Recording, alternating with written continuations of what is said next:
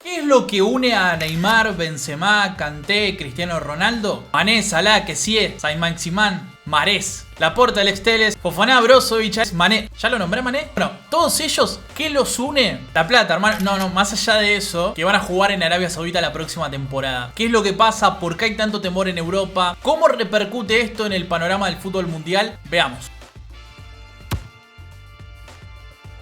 Es un tema que en estas horas está generando mucha polémica a partir de un fichaje de un pibe de 21 años que alcanzó un contrato en el fútbol árabe que no está confirmado de momento, pero que sí disparó muchas críticas hacia el desarme europeo que está haciendo Arabia Saudita y su fútbol. Para quienes no estén muy al tanto, Arabia Saudita está potenciando su propia liga con muchísimos fichajes. Muchas de esas incorporaciones son jugadores mayores de 30 años, con carreras ya en el ocaso, con futbolistas que ya ganaron todo, pero también hay algunos futbolistas que, a pesar de su baja edad y tener mucho futuro por delante, deciden ir a Arabia Saudita. ¿Por qué razones? ¿Por qué hay tanto miedo en Europa? ¿Qué es lo que se está diciendo? ¿Por qué hace todo esto Arabia Saudita? Y al final, mi opinión sobre el tema, veamos. Para nosotros queda una distancia considerable. De hecho, en su momento hablamos mucho del tema cuando pasó lo de Messi, que Leo rechazó una oferta multimillonaria para ser el jugador mejor pago de la historia e irse a jugar a Arabia Saudita. Él decidió no irse ahí, sino a la MLS. Un destino que era mucho más cercano para él en cuanto a cultura, lo que iban a poder hacer con su familia y también con el proyecto de Inter Miami que tanto le seducía deportivamente. Sí, esto es una realidad. Otros casos tenés como Di María, que recibió una oferta y tuvo conversaciones para irse a jugar a Arabia Saudita, pero a pesar de los números increíbles que le ofrecían, él decidió por amor volver a Benfica.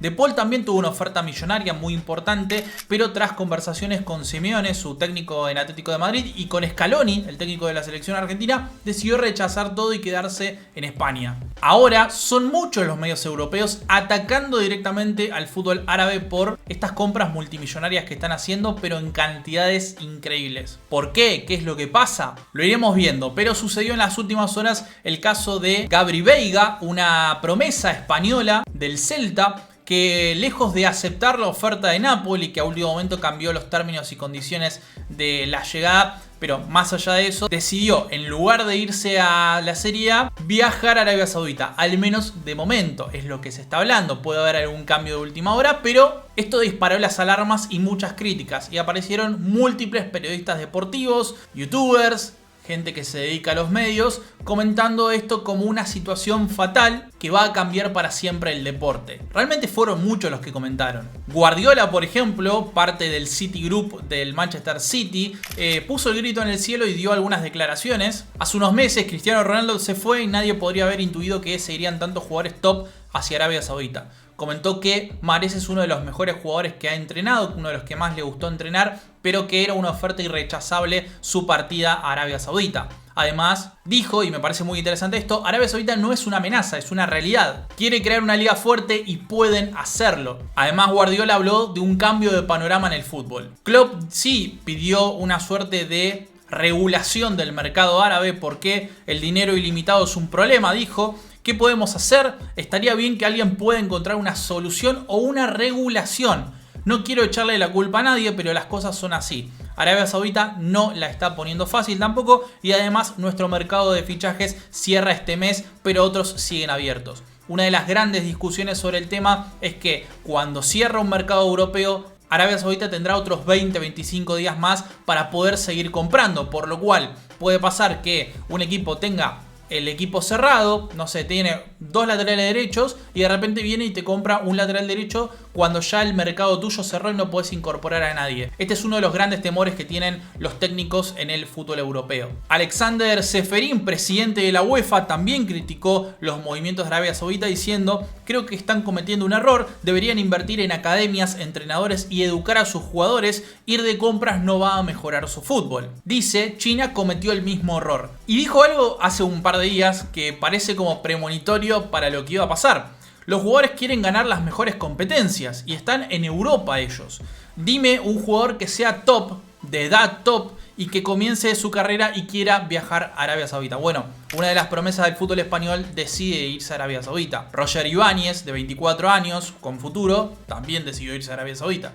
Y así puede pasar, por ejemplo, que Kylian Mbappé decida irse allá. O sea, el arco del personaje de Kylian Mbappé apunta directamente a irse a Arabia Saudita. Ese es el gran temor. Pasaron de fichar jugadores de edades avanzadas, con carreras ya casi terminadas o múltiples ganadores, a contratar un pibe de 21 años con futuro, lo cual puede despertar el interés para que otras joyas, como por ejemplo en el fútbol argentino pasa, venga un tipo de Arabia Saudita y le ofrezca un contrato multimillonario y terminen por aceptarlo. Bueno, de momento los argentinos están lejos de eso. Pero por ejemplo, Gabri Veiga, el pibe español, del que Kroos dijo es vergonzoso su fichaje, lo enwordió, pasa de cobrar 500.000 euros anuales en Celta a cobrar más de 12 millones de euros por temporada en Arabia Saudita, por lo cual en un contrato de 3 años va a terminar ganando más de 36 millones de euros. La crítica no va ni hacia los periodistas, ni hacia los dirigentes, ni hacia los técnicos. Cada uno defiende su interés. Pero sí me parece algo curioso. Ellos están viviendo ahora lo que nosotros los sudamericanos vivimos toda la vida. Nosotros en Argentina, por ejemplo, no nos podemos ni encariñar con un jugador que a los 6 meses te lo roban. Porque es así, te lo saquean. Está bien que Argentina no tiene la mejor economía del planeta, no tiene una economía sostenible para este tipo de casos, para futbolistas que quieren cobrar más, el dólar, todo lo que quieras. Pero ellos no están acostumbrados a tener equipos que tienen que remodelar toda su estructura cada 6 meses.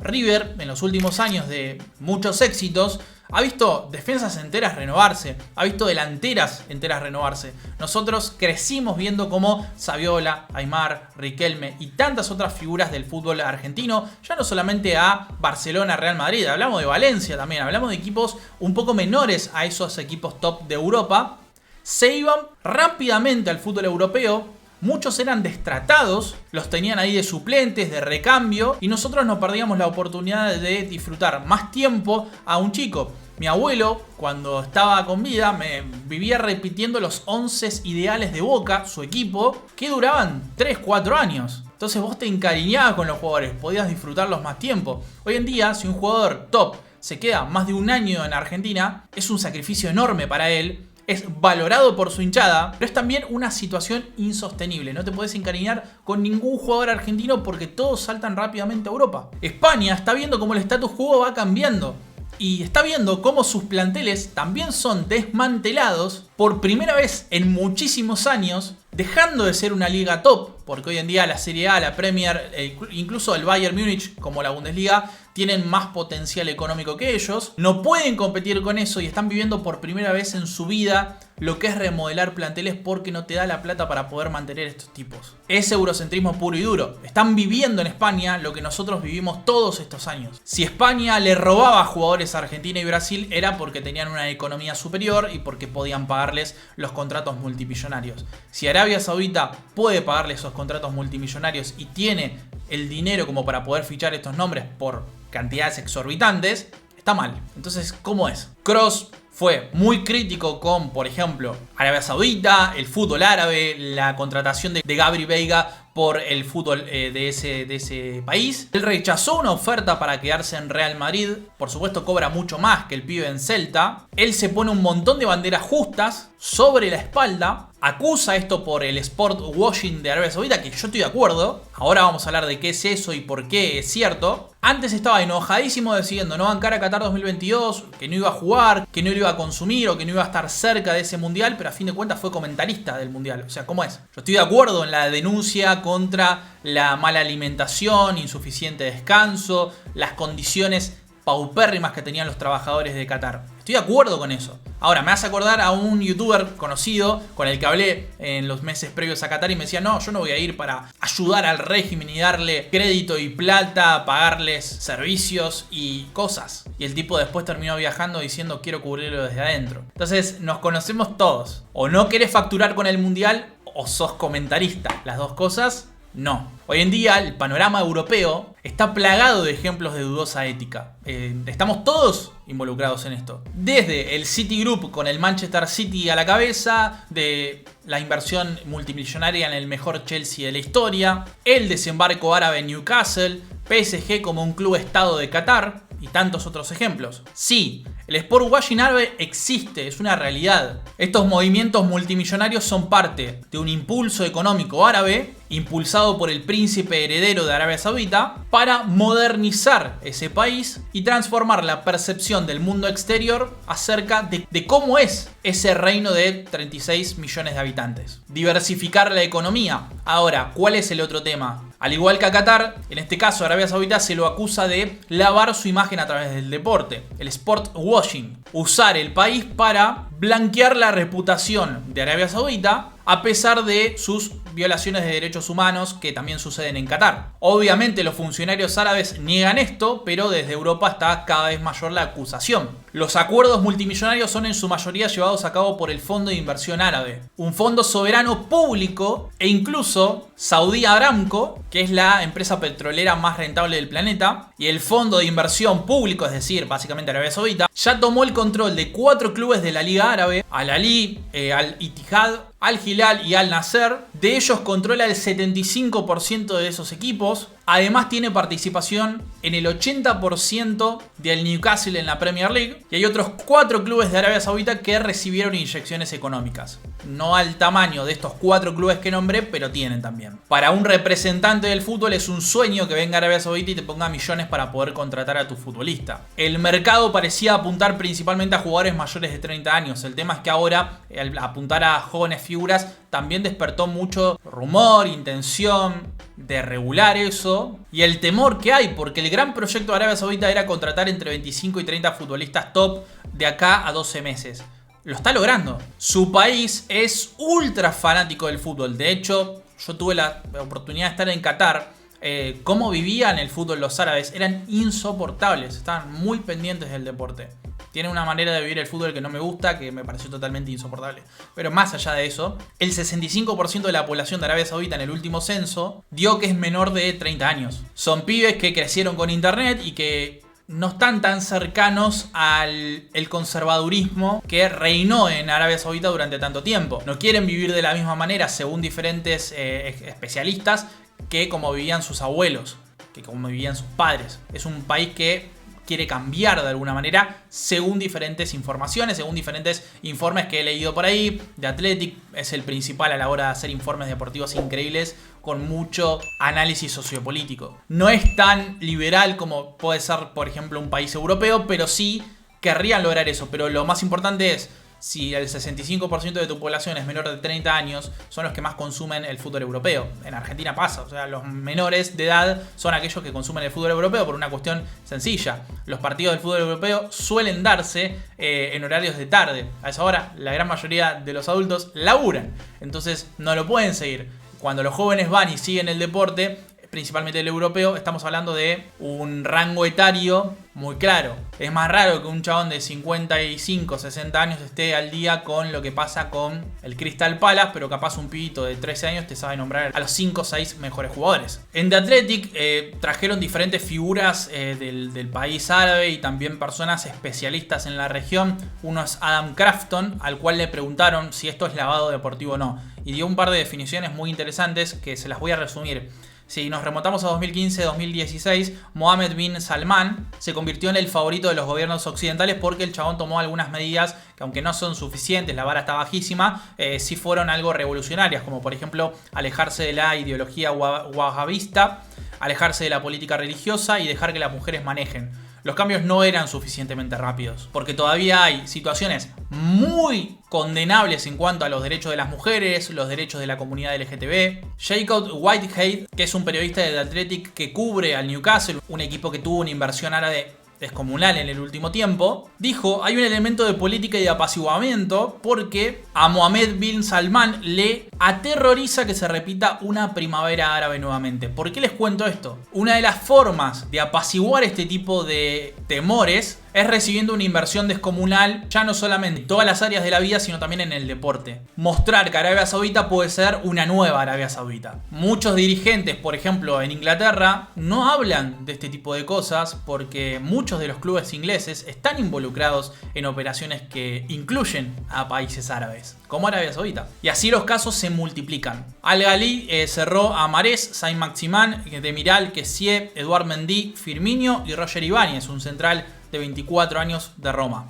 Ittihad cerró a Fabinho, Jota, Kanté y Benzema. Al Nassr tiene a Otavio, Mané, Laporte, Alex Telles, Brozovic, también a Fofana y antes a Cristiano Ronaldo. Al Hilal a Neymar, Malcolm, Rubén Neves, Mitrovic, Milinkovic-Savic, Koulibaly y también a Bono, uno de los mejores arqueros del último mundial. Al Ettifaq cerró a Henderson y Moussa Dembélé. Argentinos, Lisandro López, central ex Boca, llegó al Calej. Fabián Noguera, ex central de Estudiantes, llegó al ABA Club. Lucas Elarrayán llegó desde la MLS a ser el fichaje más caro del Al-Fateh. Vieto firmó en un club de la segunda división árabe. Y listo, esos son los únicos casos de argentinos. ¿Por qué tanto europeo, tanto africano decide irse a jugar a Arabia Saudita? Bueno, hay diferentes razones. La primera es el dinero. La segunda puede ser querer bajar la exigencia competitiva. Hay jugadores que tienen más de 30 años y, como es el caso de Messi, no quieren estar tan pegados a clubes como PSG, donde están constantemente criticados sin ningún tipo de sentido, y quieren bajar un poquito de eso. Tercero, la posibilidad de hacer más dinero. Número 4, el lujo. Número 5, más plata. Creo que ya lo dije. Y número 6, y una cosa muy importante, muchos de estos jugadores son musulmanes. Pasa como por ejemplo Koulibaly, que dijo: al ser musulmán es un país ideal para mí, dijo él,